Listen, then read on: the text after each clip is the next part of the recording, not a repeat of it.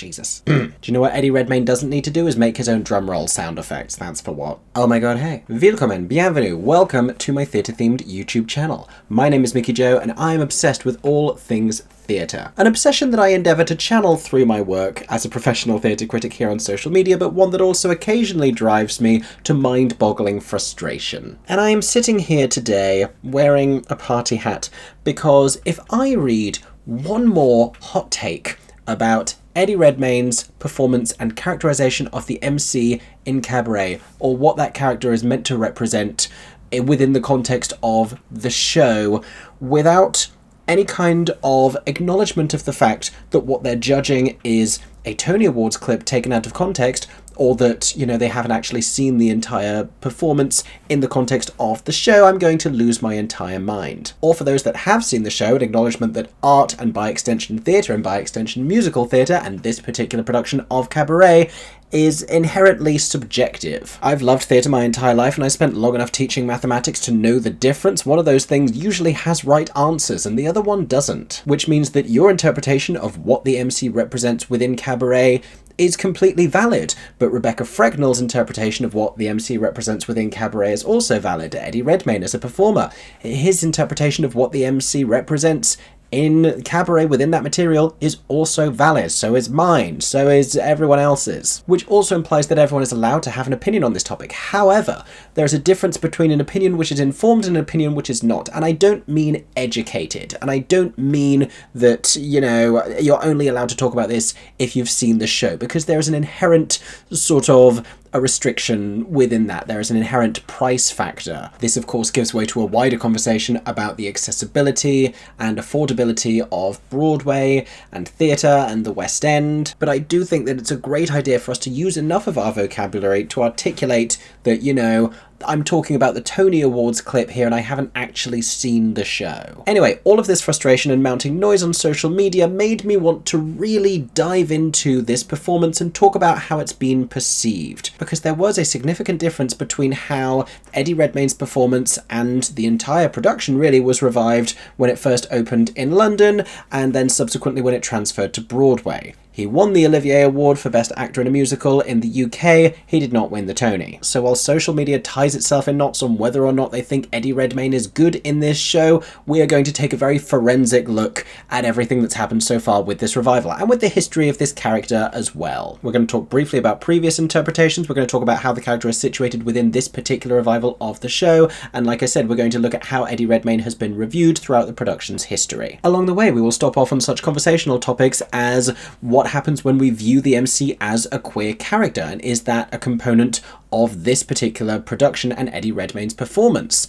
We're also going to ask such broad questions as what actually is a performance, and is it the responsibility of just one individual, i.e. the actor? Spoiler alert, it's not. So if you're looking for a needlessly extensive deep dive video essay about Eddie Redmayne's performance in Cabaret, as well as a larger instructive video about theatre criticism and art, then you've come to the right place. If you enjoyed today's video, make sure to subscribe to my theatre-themed YouTube channel if this is the first video that you're seeing from me. I make many videos about theatre, both in the West End and on Broadway, talking about breaking theatrical news, hot takes such as this one, but largely reviewing the shows that I have been invited to go and see, which has included Cabaret many times. In fact, a few days ago, I was at the most recent gala performance of this particular production, which continues to run in the West End. And if anyone is interested, then I'm happy to make a video talking about what I think of the new performers in the roles in London. Today, however, let's talk about Eddie Redmayne. But first, let's talk about the history of the Emcee and the history of Cabaret. Now, I've made so many videos about this particular production that I feel like I've told you this many times, but let me give you a quick overview of the history of this musical and how it first arrived to the stage. So, Cabaret first premiered on Broadway in 1966, featuring a book by Joe Masteroff and a score by John Kander and Fred Ebb, who are best known, if not for Cabaret, then for the musical Chicago. Cabaret is based on the 1951 play I Am a Camera, which is in turn based on the 1939 Christopher Isherwood novel Goodbye to Berlin. As such, the whole thing is semi-autobiographical, and it follows a protagonist named Cliff, who is an American writer who has travelled across Europe and finds himself en route to Berlin. He is hoping to find some sort of inspiration inspiration within the city that will inspire his next book. Before he has arrived in Berlin, however, the Kit Kat Club has already been recommended to him as the hottest spot in the city, and when he attends, he meets its singer, Sally Bowles. Sally is a British girl living something of a naive, hedonistic lifestyle, but she is not the only personality that he meets within the Kit Kat Club setting, because as he tells us in the play's final moments, there was a nightclub in a city called Berlin, and there was a master of ceremonies, the Emcee. Now, the nature of the show's material structurally is that we alternate between this narrative in which we see Cliff and Sally living together and trying to get by financially. There is a subplot involving Cliff's landlady, a woman named Fräulein Schneider, and another resident of the rooms that she rents with whom she has a sort of an ongoing romantic connection. The backdrop to all of this being the changing political climate in 1930s Germany and the rise of Nazism. But like I was saying, this is alternated with musical vignettes that take place within the Kit Kat Club, which are largely performed by the Emcee. Now, aside from a small handful of the Kit Kat Club dancers, the Emcee is really the only named character who does not exist outside of this world. He largely does not participate in these book scenes and only exists within the context of the Kit Kat Club, and we don't get to know that much about him, not nearly as much as we do about these other characters. Each of them have desires and motivations and beliefs and challenges that we come to find out an awful lot about, and we don't get any of that with the Emcee. He just sings songs. He remains a vivid character, however, who exacts this biting political comedy on the situations that we see unfolding within the book scenes, performing songs like If You Could See Her, which is a send-up of, the perspective of the community at the time of relationships of non-Jews with Jews in 1930s Germany, with anti-Semitism on the rise, pre-Nazi rule. That particular song takes place in the second act, while everything is taking a turn for the slightly more dark and intense.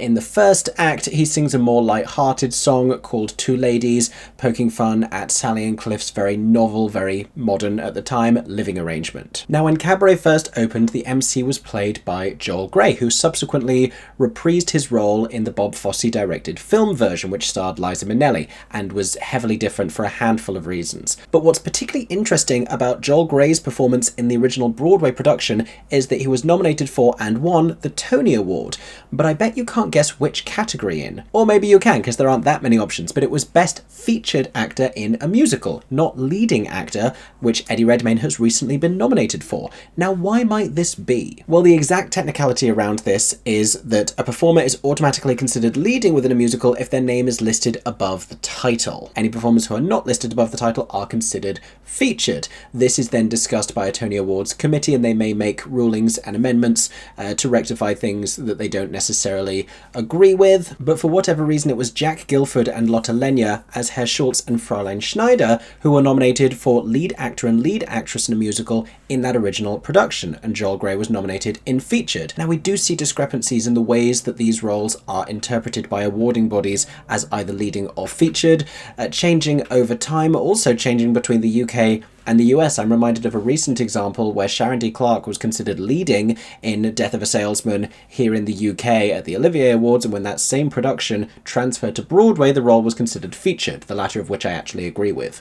In any case, when Cabaret was revived in 1987 and Joel Grey again reprised his performance at the drama desks, because he wasn't eligible for the Tony Awards because he'd won already for the same role, he was then considered to be a lead actor. And by the time the show was being revived in London at the Donmar Warehouse in 1993 with Alan Cumming playing the role of the Emcee, the Oliviers agreed, and he was also nominated for lead actor in a musical, but he didn't win, not in the UK anyway. When Alan and the production transferred to Broadway, he also won the Tony, this time for lead. And before we even get into the reviews, there's an immediate parallel we can see there where Alan Cumming's performance won the Tony Award but not the Olivier, Eddie Redmayne's having done the opposite. And it's worth pointing out, and I've said this before in other videos, that that production had far more cultural impact and staying power in the US than it did in the UK. It ran in a small, what technically feels like an off-West End venue, the Donmar Warehouse, here in London for a limited period. It was filmed, but this revival, the Sam Mendes directed revival, had far more of an extensive life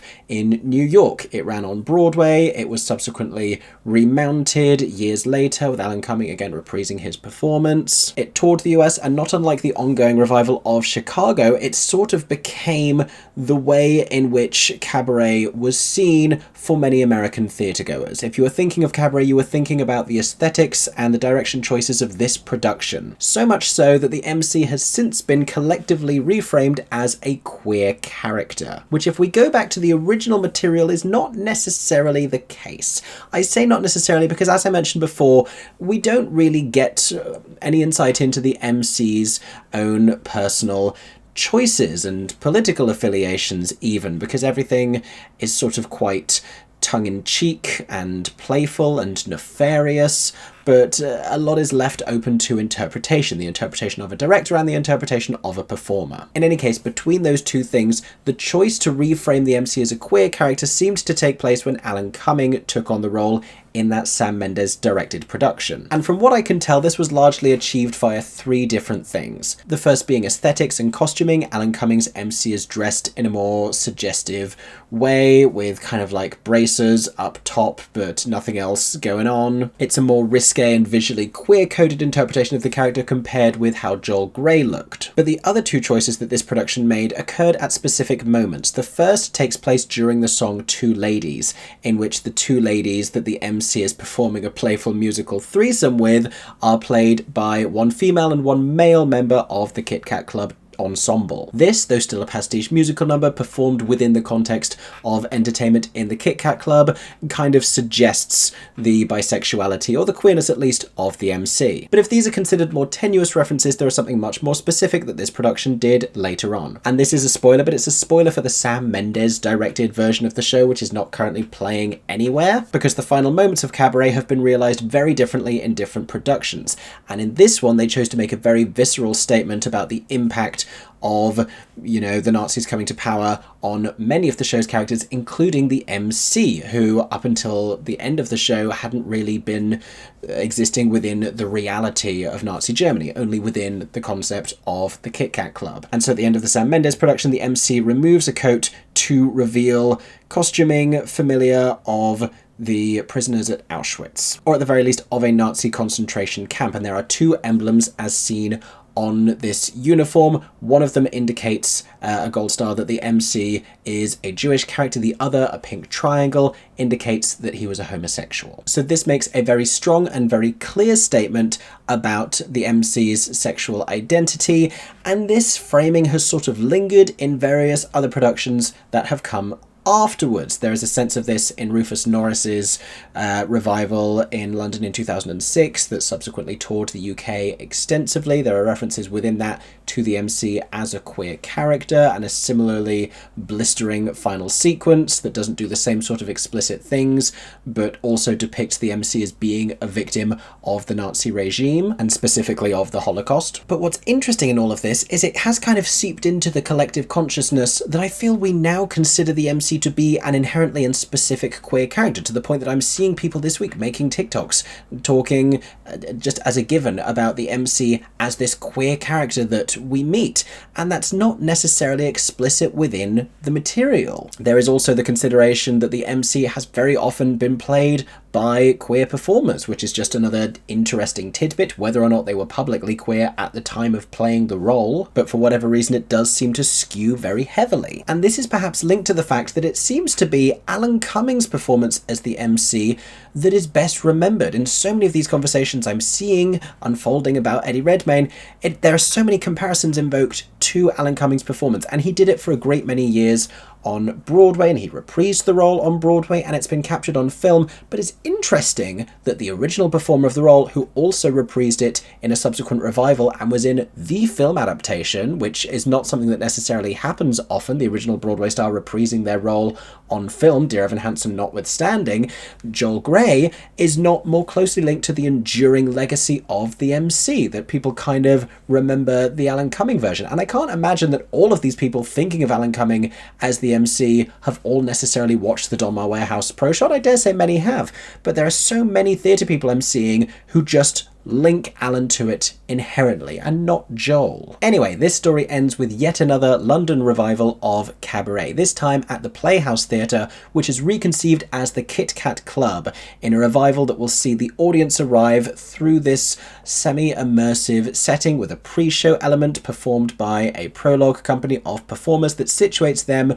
within 1930s Berlin, inside the Kit Kat Club. From the conception of this production, Eddie Redmayne was always attached as the MC. He opened the show in the West End. He, like I said, won the Olivier Award for Best Leading Actor in a Musical. Subsequently, the role has been played by actors including Fra Fee and John McCrae and Callum Scott Howells and Jake Shears, Mason Alexander Park, most recently Leighton Williams, also Luke Treadaway. I think that might be all of them. Sorry if I'm forgetting one. Did I forget an MC? I've seen almost all of them. But on the back of the show's enormous success, a Broadway transfer was announced. It headed to the August Wilson Theatre in New York a few years later, where Eddie Redmayne reprised his performance. But as I mentioned at the beginning of this video, the critical receptions to the two have been a little bit different. So let's take a look at the reviews. Now, I've done a lot of these review roundup videos before where I haven't really been able to personally weigh in, but with this one I can, and quite specifically, because I have now seen this production 9 times. I have seen 3 different productions of Cabaret with my eyeballs in my lifetime across 3 different countries. I have seen a handful, I think also 9 different actors playing the role of the MC, and I have seen Eddie Redmayne's performance in this show live with my eyeballs 3 different times. I saw the opening night performance of the show in the West End when it was reviewed by the majority of London critics. I saw a subsequent West End performance with Eddie Redmayne in, just like a random night of the week, and I saw a Broadway press preview also attended by many New York critics. And I'm not suggesting that my opinion comes with any kind of an inherent superiority. I am just saying I have seen the damn show and I think that's important. Now, when I first saw it in the West End, I really enjoyed Eddie Redmayne's performance, and I think I also went into it thinking of the role from the perspective of being a queer character and being a little surprised by his casting, and I don't think I was necessarily that convinced by it before I saw the thing, but by the time I did see it, I thought it was a masterful acting performance. I thought it was this chameleonic transformation, and it was the extent of the characterization of his voice and of his physicality and how transformative the whole thing was and how much he disappeared into this character that really struck me. There is a moment towards the end of the show where he is the MC who has been sort of undergoing a visual transformation throughout the thing and becomes more conservatively dressed and begins to don a blonde wig and sort of, is becoming more a part of the fascist ideal of what Germany would look like, the whole Aryan thing. But he, as the MC, is playing the train conductor on the train that Cliff is taking to leave Germany, having become disillusioned with its political climate and with the people who he has met. And there is a moment where Eddie, as the MC, went from being the train conductor to going back to being the MC. And there was this kind of physical change where he hunched over slightly and his eyes it still haunts me enduringly, and it's never been committed to in quite the same way by any of the subsequent performers in the role, because they never really transformed as much. There was not as much vocal affectation, there was not as much of an accent, there was not the same extent of physicality. He does a lot of acting in this, like it's demonstrable big acting and big characterization, for better or for worse. Let's take a look at the other reviews that are not things said by me. So this was a 4-star review in The Guardian back when it opened, and let's specifically have a look at what was said about Eddie Redmayne. From the moment we are willkommened by Redmayne, it is clear he is in control of his material and electric in his part. As the soiled soul of Berlin, Redmayne's MC mirrors the movement from light to dark. He is a comically twisted Rumpelstiltskin at the start, uncoiling to a finger resembling the terrible evil fairy or angel of death by the end. He gives an immense, physicalized performance, both muscular and delicate, from his curled limbs to his tautly expressive fingertips. And such is the praise for this performance that in the final paragraph of this review, Arifa returns to him and says, Redmayne creeps around the fringes of the stage when he is not performing, watching scenes from afar. If this show is sold on his his star turn, we get more than our money's worth with his blinding performance in this blinder of a show.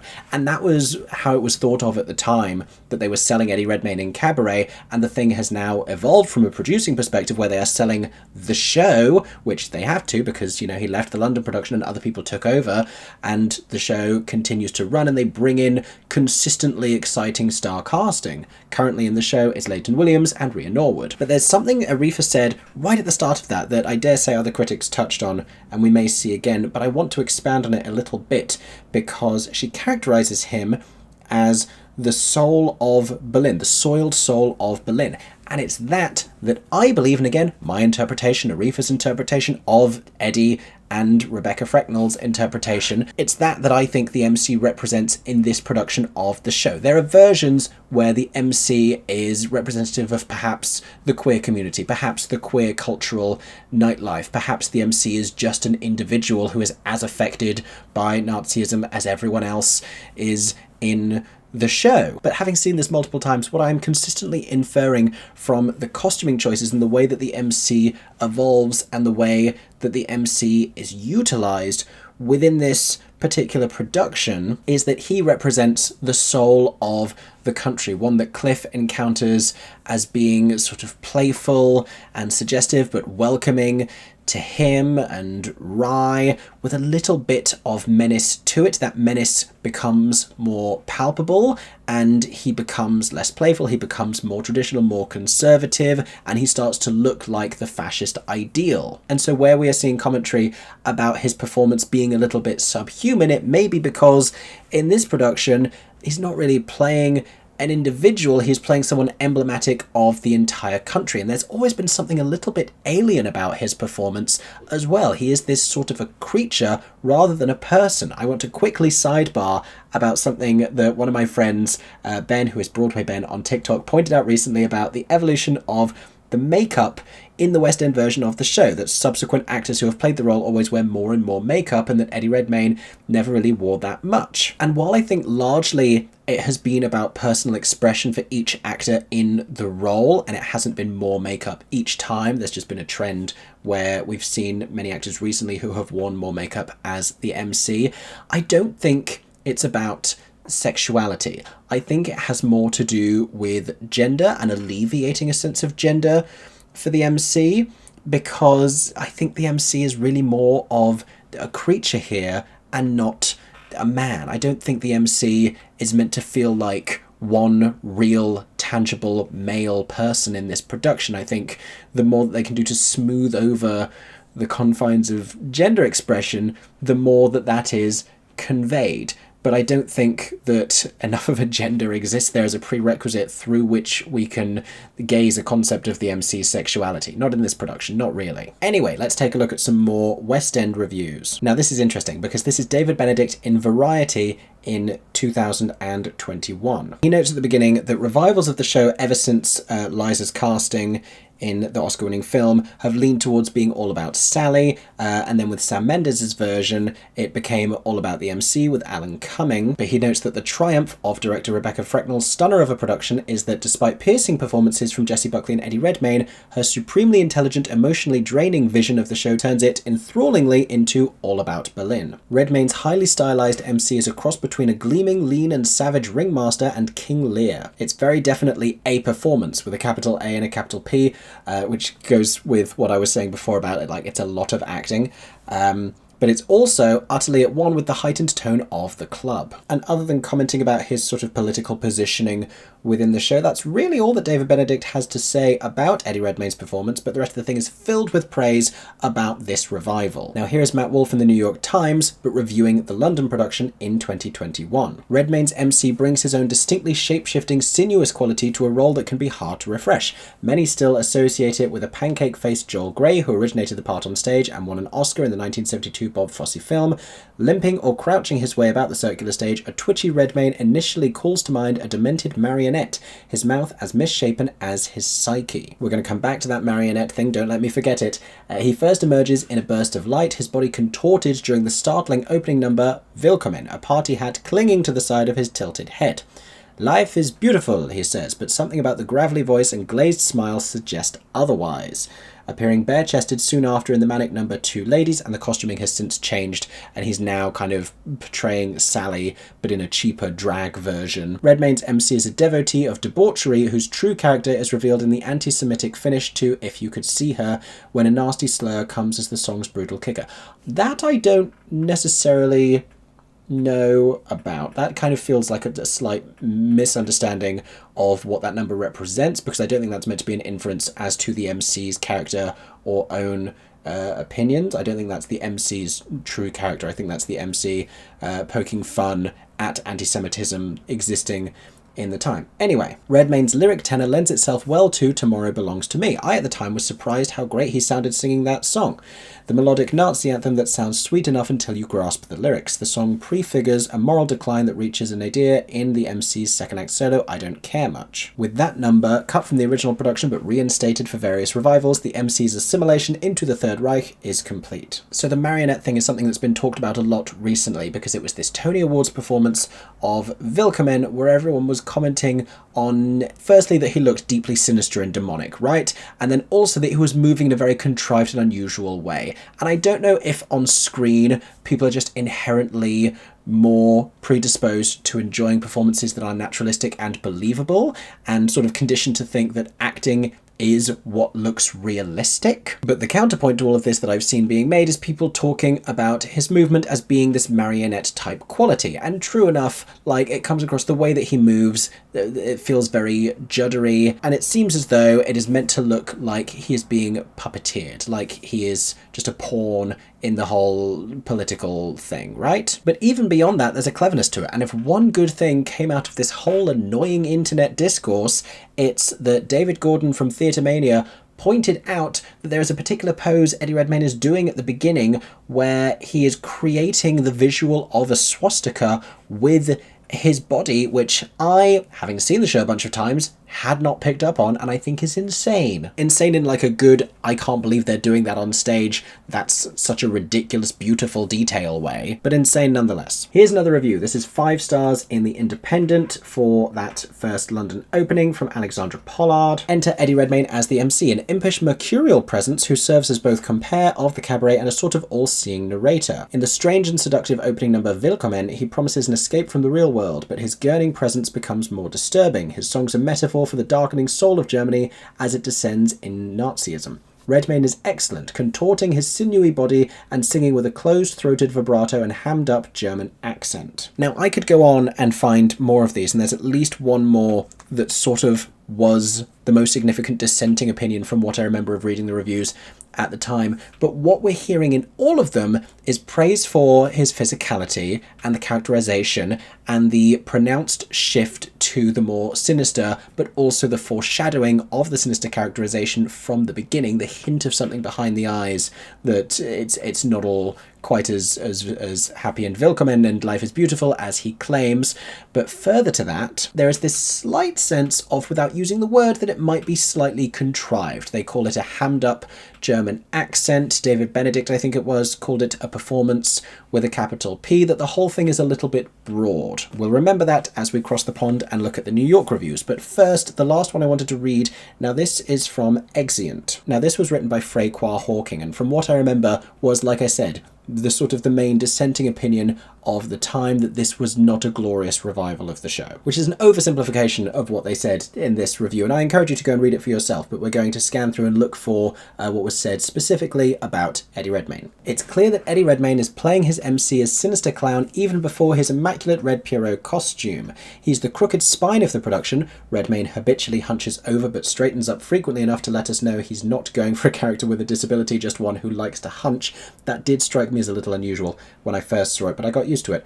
This feels like a result both of Redmayne's early attachment to this project and, irresistibly, of the long shadow of Sam Mendes's oft-revived 1993 production with Alan Cummings' androgynous arch-orchestrator of events. Redmayne's performance is more like Joel Grey's original Broadway MC in his sexlessness than Cummings' little squirmer, but without the camp of either, even when it comes to money, which is not my favourite part of this production, I will say. It's chewy and grimacing and unchallenging with a lot of very literal conducting. The angle seems to be consciously playing on the actor's age-resistant, slightly haunted doll looks, but feels unsettled rather than unsettling. Now this is a hot take. I don't think an Emcee who doesn't read as particularly, and a queer slur has been used here in a reclaimed way, but I won't repeat it necessarily, does much for Cabaret, even with the character's role embodying of the changing spirit of Berlin, which is what we talked about, not when it all feels more circus or freak show themed than seedy dive. Why set it in the club at all? Which is a very interesting take, and I think that opens a lot of interesting conversations. But I do want to go back to the comparison to Joel Grey, because like I said, that's something I feel like has been missing in a lot of this conversation, that may be the interpretation of the Emcee to which this bears more of a similarity than the Alan Cumming one that is closer to the forefront of everyone's minds for some reason. I say for some reason, it makes sense for American audiences because he did a lot on Broadway in the more recent history. For the international theatre fans, I don't know why Alan Cumming more closely associated than Joel Grey still. And it's worth saying, I don't necessarily agree with everything that's written here, but I do think it's a very interesting take on the situation. And in any case, less than 3 years later, the show opened in New York with Eddie Redmayne reprising his performance.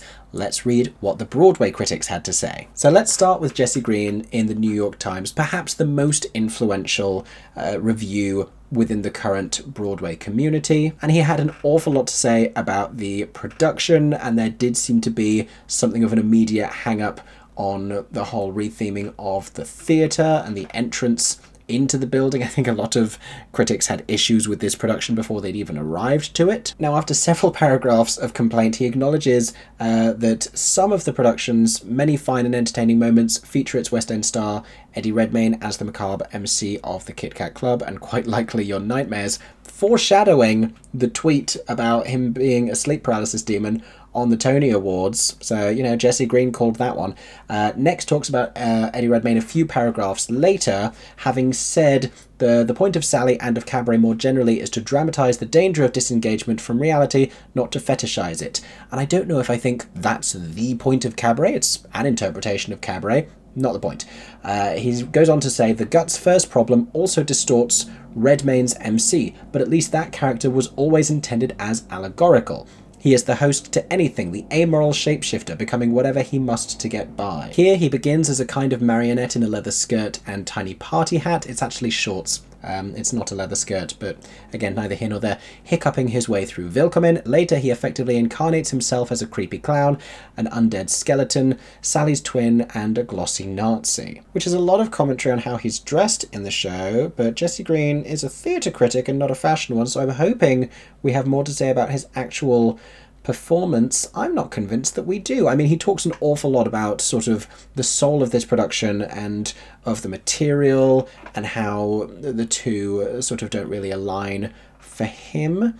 But I don't think much more is said about Eddie Redmayne specifically. Let's see what Variety had to say. Now, this was written by Naveen Kumar. Now, both of the publications that we've looked at so far both spoke positively about Eddie Redmayne's performance, albeit under different writers, when the show opened in the West End. Let's take a read. The stripped-down humanity on stage, from the entrails of broken lovers to the dancers' carnal gyrations, make Redmayne's Emcee a jarring exception. An otherworldly salamander of a narrator, he hunches over, Gollum-like, gnawing on every syllable as if it were his last meal. It's a fiercely committed performance, but a mannered one too.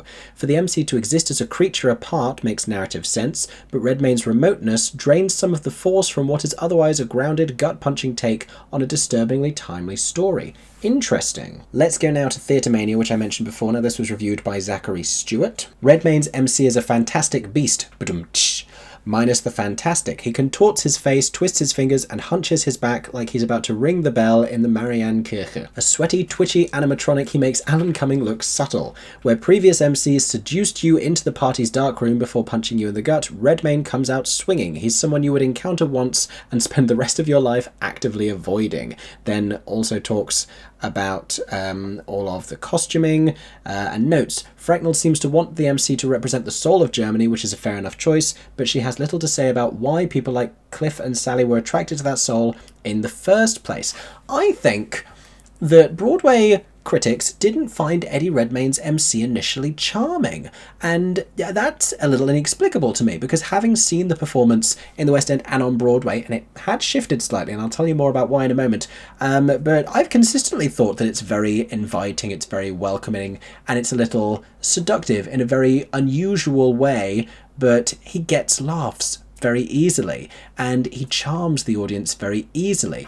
And in this whole layout, I mean, they've spent the pre-show being seduced into the world of the club. As soon as he arrives, it's this sort of a stark set, and it's sort of a tense introduction. There's a prolonged silence, and there's an uncomfortable element to it, and there's a tension that he has to break, which he does, and gets a laugh for doing so, because that's what happens when you alleviate tension. People laugh in relief. And during that opening monologue section, some of the dialogue from which is then repeated exactly later and turned on its head with a completely different tone, he is very charming, and he does manage to win over the audience. So I'm surprised that that didn't come across with so many of the reviews that we are reading. Now, I mentioned I would say how I thought the performance had changed, and in general, because the August Wilson Theatre is more expansive than the Playhouse Theatre, they've both become the Kit Kat Club in New York and London respectively for this production, Redmayne's performance is just one of many ways in which the whole thing feels a little bit broader and a little bit bigger, and I think he had the opportunity to play things in a smaller, subtler way. Bear in mind, he knows well the difference between playing to a camera and playing to a theatre. He's had experience, plenty of experience, of doing both. In this larger space, the whole thing is being played bigger. Now let's also take a look at Johnny Oleksinski's thoughts in the New York Post. He gave Cabaret 2.5 stars out of 4, which I will say again, as I say every time, is a weird metric. It's also basically a 3 out of 5. Why are you still doing it out of 4? It's not up to him specifically, it just annoys me. He also took objection to the revival generally, and notes that he was also an outlier. Having seen the London production, he says it was rapturously received by critics except for me. Also that exeunt review that we read. And a little bit of wisdom here perhaps from Mr. Oleksinski, because he said Redmayne's MC is sure to divide opinion. And here we are, sure enough.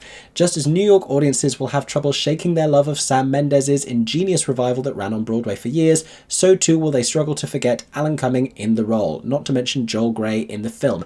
And it's those inherently inescapable performances that I think Eddie Redmayne has had to contend with here, and I think honestly, those go most of the way towards answering the question of why are people struggling with his interpretation of the role so much. But dressed like a demon clown, Redmayne, long an excellent stage actor, makes the part very much his own. He's creepy and has the smiling stalker stare of a horror movie serial killer, and still we're pleased whenever he's around. He got the charming thing. If only he was in a better cabaret. And that's a different conversation for another time about this revival and the different perspectives to it, a lot of which I think can also be answered by the more recent Broadway production directed by Sam Mendes and the love for that, and a perhaps slight reluctance from the critics to let that one go in favour of really being fair to this new interpretation. But again, different conversation. And so I think on balance what we're still hearing here is a lot of admitted praise being levelled in the direction of Eddie Redmayne, and you know, he got the Tony Award nomination. His performance was not criticised as heavily as the revival on the whole was. Director Rebecca Frecknell did not get a Tony nomination,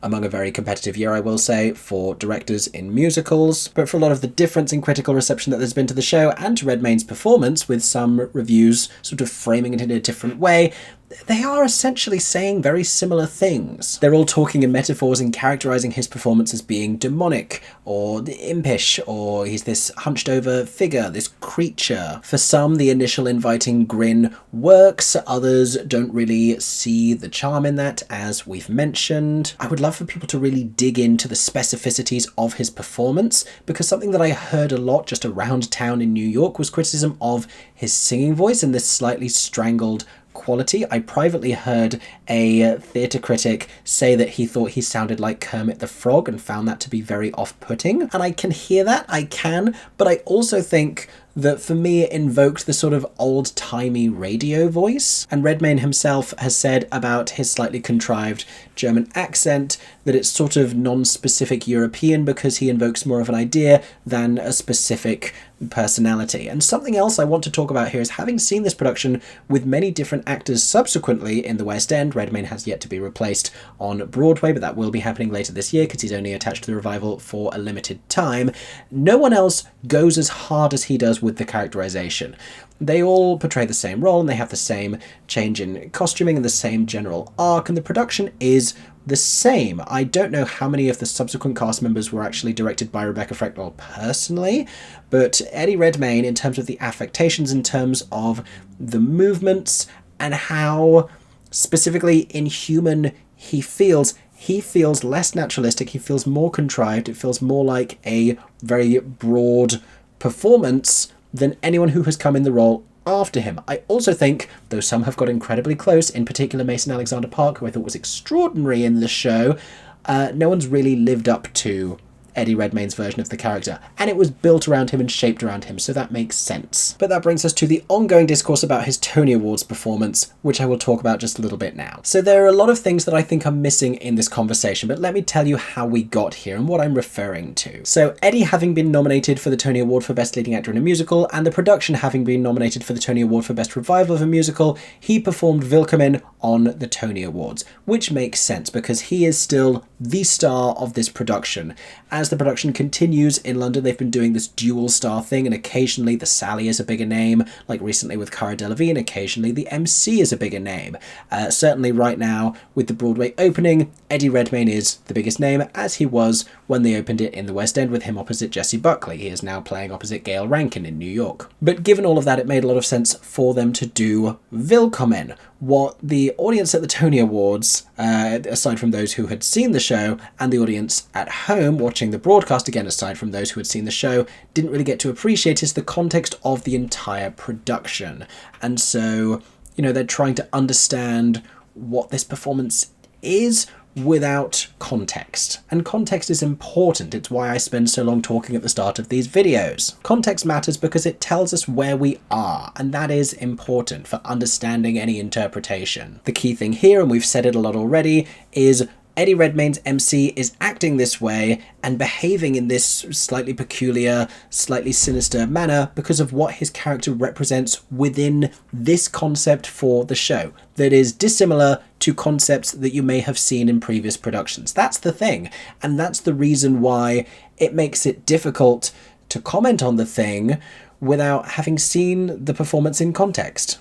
I also want to talk about what a performance is, and this is something I've said before and I believe staunchly, because a performance is not the creation of an actor. A performance, like almost anything else, like everything else in the world of theatre, is a collaborative act.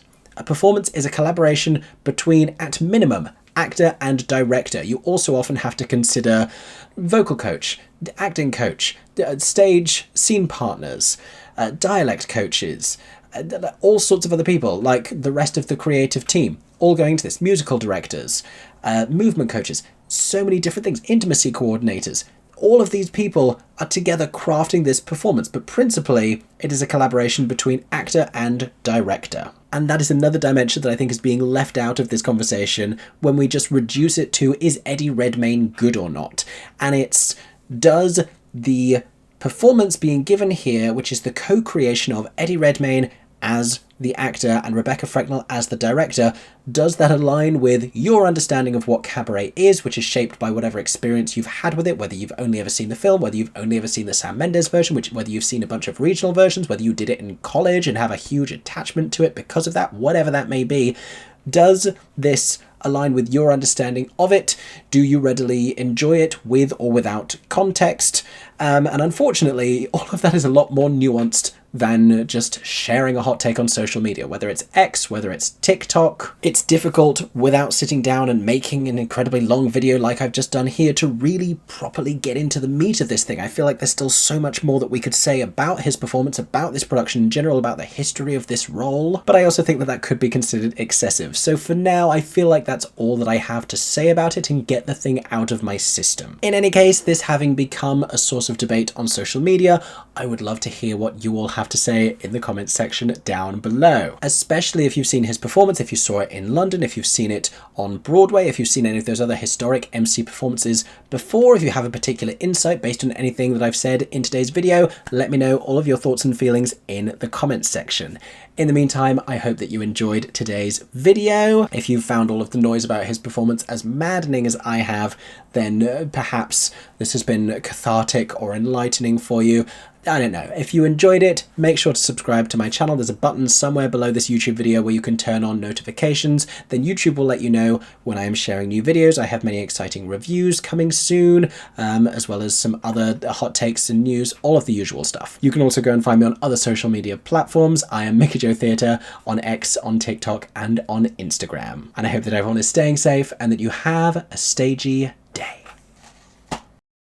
For 10 more seconds, I'm Mickey Joe Theatre. Oh my god, hey. Thanks for watching, have a stagey day. Subscribe!